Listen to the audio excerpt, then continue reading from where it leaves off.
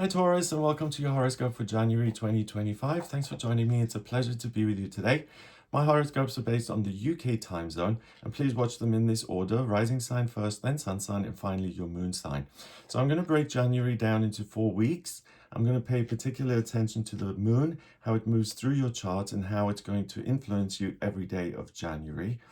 But also, before I start looking at how the moon moves, this is a really great month for stargazers. On Friday, the 3rd of January, you could see Venus really closely to the moon. Venus is love, beauty, creativity. The moon is what you feel, what you love, and it's home.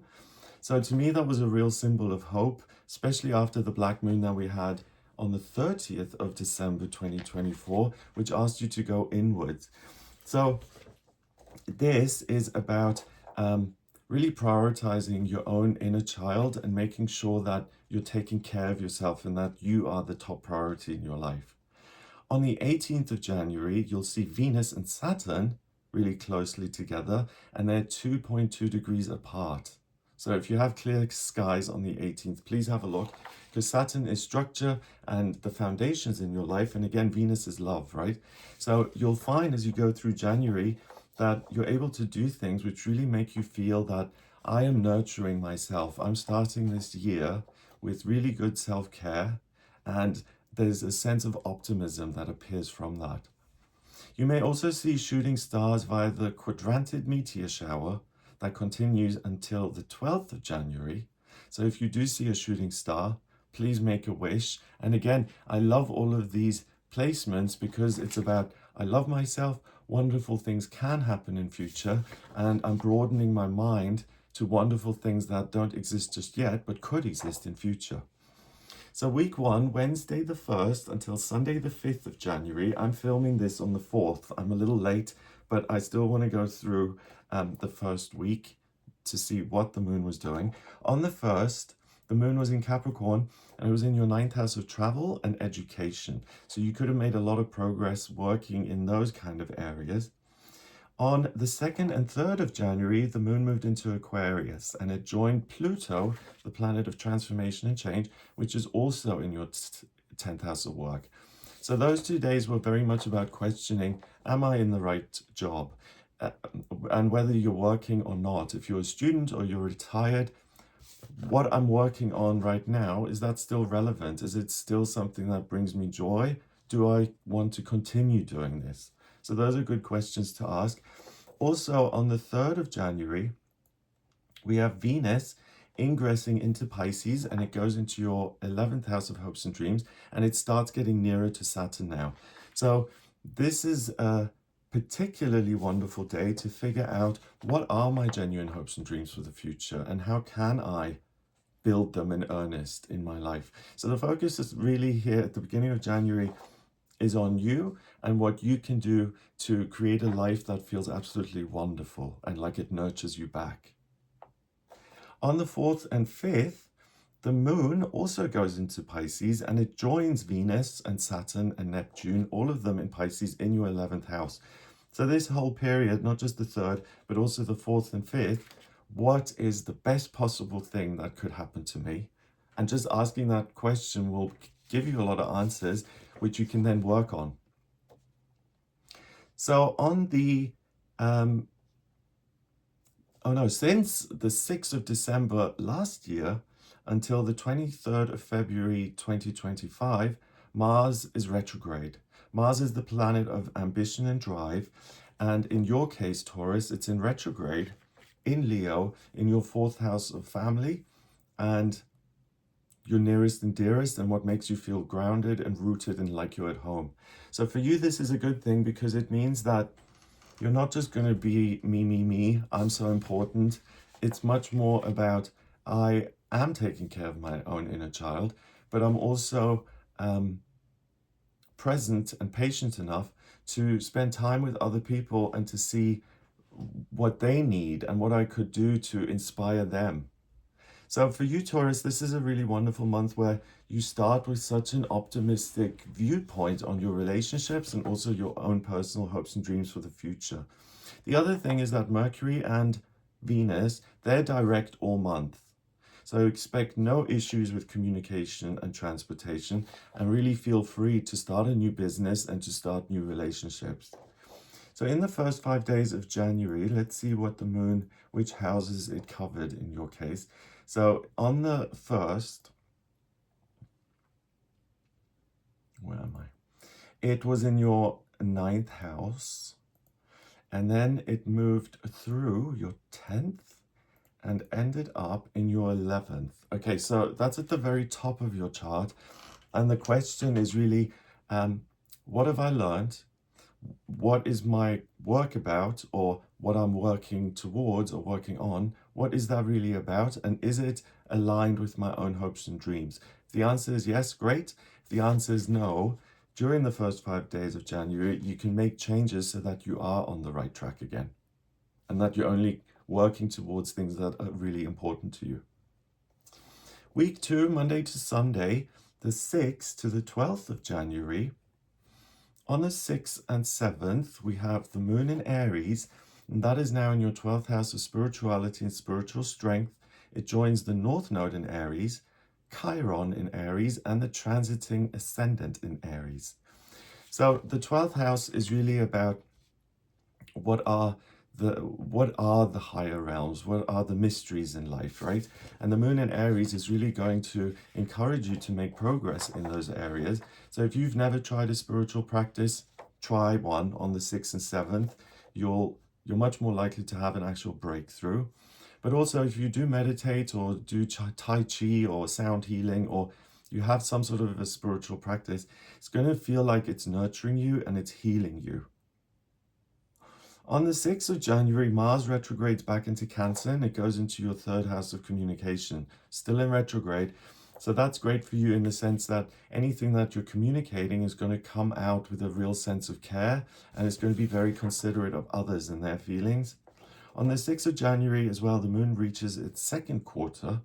So it's waxing, getting bigger towards being a full moon on the 13th. And on the 6th of January, again, it's in your 12th house of spirituality. So the sense is that on a spiritual level, I'm really growing and expanding. So if you've wanted to have some sort of spiritual awakening or spiritual breakthrough, this is the time to do it, the 6th and 7th of January. The moon then moves into Taurus, your sign, on the 8th and 9th. And it sits in your 1st house of self, right next to Uranus in Taurus, which is the planet of the miraculous and the chaotic, and the energy that says life is unpredictable and anything could happen. So with the moon joining Uranus there in your 1st house, it's really about what can I do differently about myself. So if you've wanted to change something about you, if there are certain behavior patterns that don't work, you can let go of them and replace them with new ones. But also, if you've considered a change to your appearance or your wardrobe or the way you present yourself, it's a great time to make those changes and not to be worried or concerned about them. You know, self-doubt and, oh, can I really do this? So try something new in that sense. I think you'll really be pleased. The moon then goes into Gemini on the 10th and 11th. But I forgot something. I need to go back to the 8th of January. On the 8th of January, Mercury, the communication planet, that ingresses into Capricorn. And it joins your transiting midheaven, Pallas, and the Sun in Capricorn in your 9th. So that period, the 8th of January, or that day specifically, is great to learn about what else you can study that would end up as a career. Or if you're, again, a student or retired, what do I focus on? What's the information that's most interesting to me? And how can I work towards getting more of that? Okay, so on the 10th and 11th, the moon goes into Gemini. And it joins Jupiter, the lucky planet, also in Gemini, in your 2nd house of money and belongings. And that is wonderful because it's very likely that you get some sort of information coming in that enables you to create more security or to increase your income. It's also a time where there's a lot of good luck that comes in just via your own dialogue that you have with your inner self.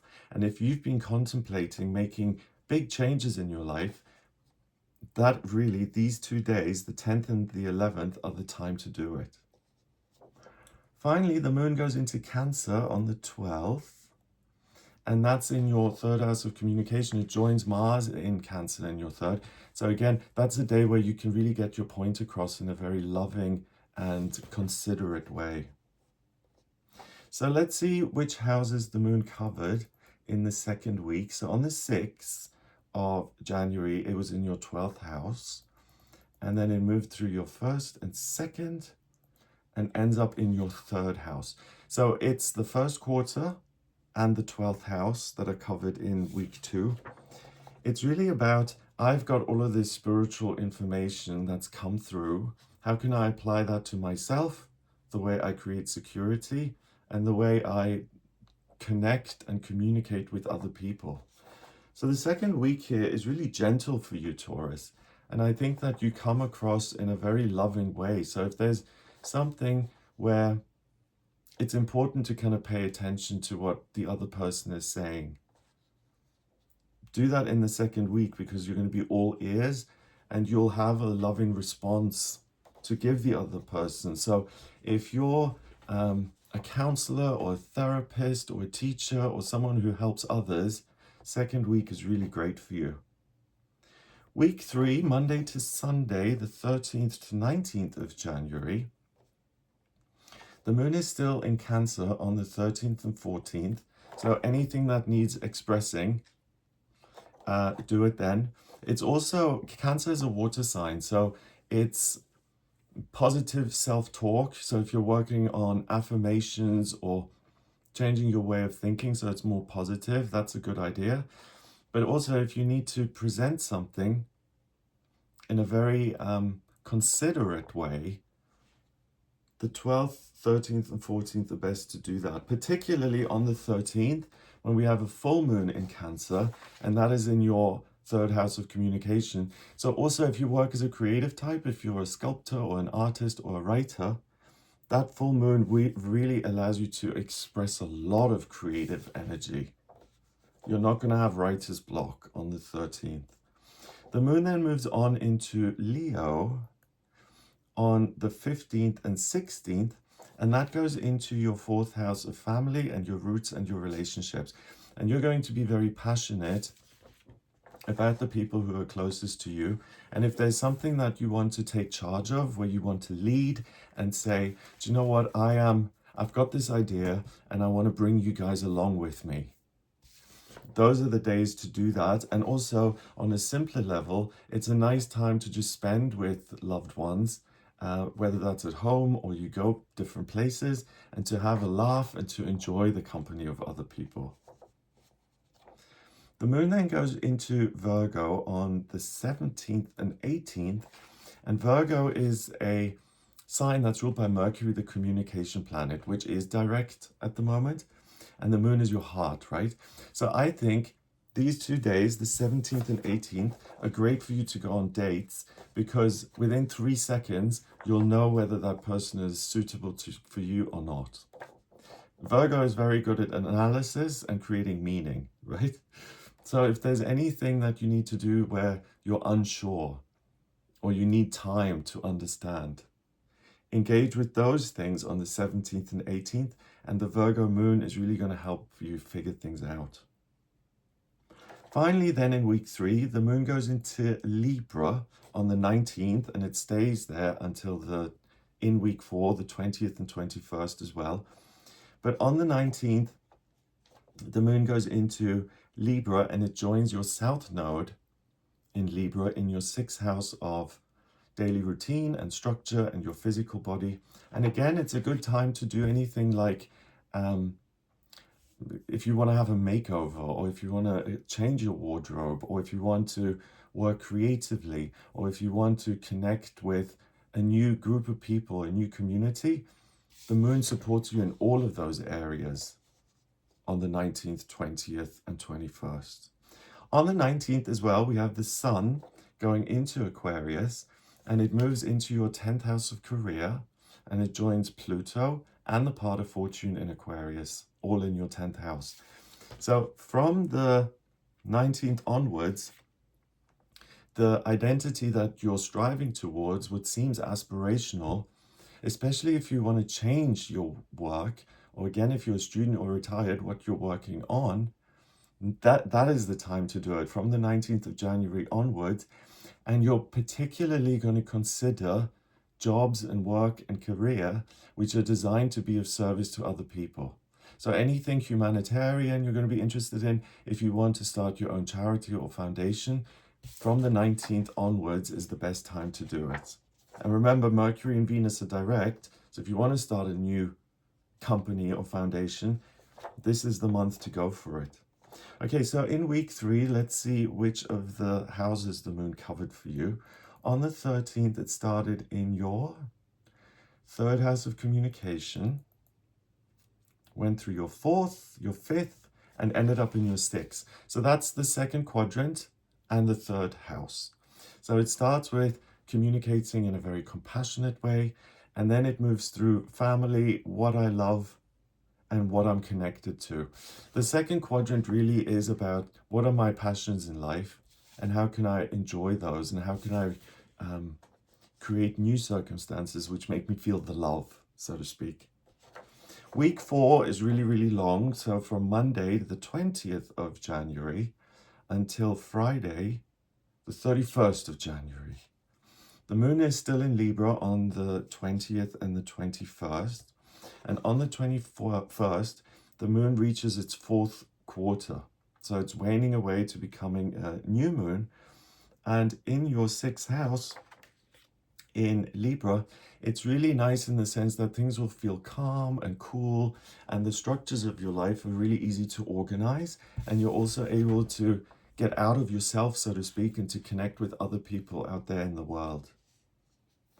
The moon then goes into Scorpio on the 22nd and 23rd, and that's wonderful because you're really going to feel things very deeply. The moon in Scorpio dives down and gets to the root cause of things, and in your 7th house of relationships, Juno and Vesta are also sitting there in Scorpio. So these 2 days are wonderful for any Tauruses who are single and want to go on dates. Again, you'll know immediately whether the other person is right for you or not, because that can often be very unclear. And when Venus is retrograde, I always mention it's not a good time to start a new relationship, because you see things very differently while the planet is retrograde. And then when it moves direct again, you're like, what was I thinking? So this is a time when Venus is direct and you can trust your gut, especially when you're meeting new people.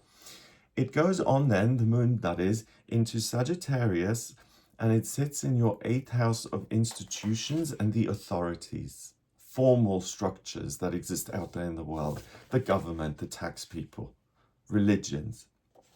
Sagittarius is the centaur, it's a fire sign, and has a lot of power. So if there's anything that needs sorting out, paperwork, taxes, any kind of bills you want to organize, if you need to work on your Excel spreadsheets, these 3 days are the time to do it and to make the most progress. The moon then goes into Capricorn on the 27th and 28th. And again, it's in your 9th house of learning and broadening your horizons. And Capricorn is the sign of the worker. So if there is any new information that you need, if there are things that you need to inform yourself about, this is the time to do it. Also, on the 27th, we've got Mercury, the communication planet, ingressing into Aquarius, and it moves into your 10th house of work, and it joins Pluto, the transiting midheaven, and the sun. So this final week of January is really good for you to make a lot of progress in terms of what you know and what you've learned, and how you apply that in your working life. So on the 27th and 28th, the moon is in Capricorn in your 9th. So let's work towards learning and understanding. Then on the 29th and 30th, the moon goes into Aquarius, and it sits in your 10th house of career.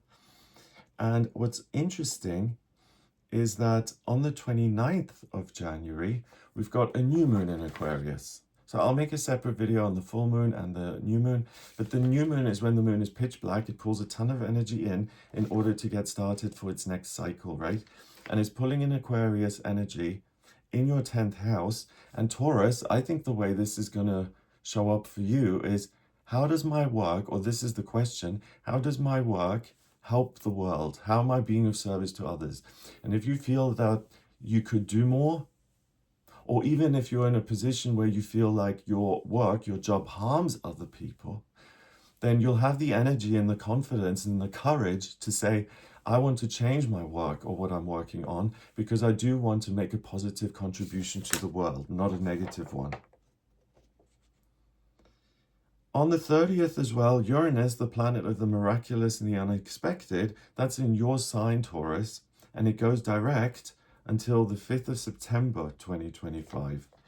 In your first house of self, this is amazing because it gives you this wonderful optimism that anything is possible as long as you are your authentic self and you pursue the things that are important to you.